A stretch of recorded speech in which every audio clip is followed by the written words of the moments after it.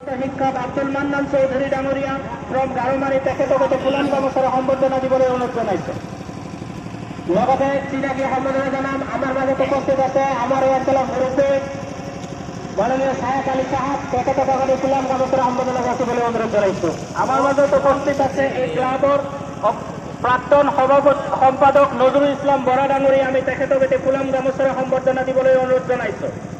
লগতে চিনাকি সম্বৰ্ধনা যাচিম আমাৰ মাজত উপস্থিত আছে এই অঞ্চলৰ বিশিষ্ট মুৰব্বী তথা বিভিন্ন অনুষ্ঠান প্ৰতিষ্ঠানত ওতপ্ৰোতভাৱে জড়িত থকা মাননীয় সোহৰাব আলী মোল্লা সাহেব, তেখেতক আমি ফুলাম গামোচাৰে সম্বৰ্ধনা যাচিবলৈ অনুৰোধ জনাইছো। আমি সম্বৰ্ধনা দিবলৈ অনুৰোধ জনাইছো কাদলবাৰীৰ উদীয়মান যুৱক বাবু, তেখেতক আমি আগুৱাই আহিবলৈ অনুৰোধ জনাইছো। বাবুক এখনি মিৰাজুল ইছলাম ওৰফে বাবু, তেখেতক এটি ফুলাম গামোচাৰে সম্বৰ্ধনা দিবলৈ অনুৰোধ জনাইছো।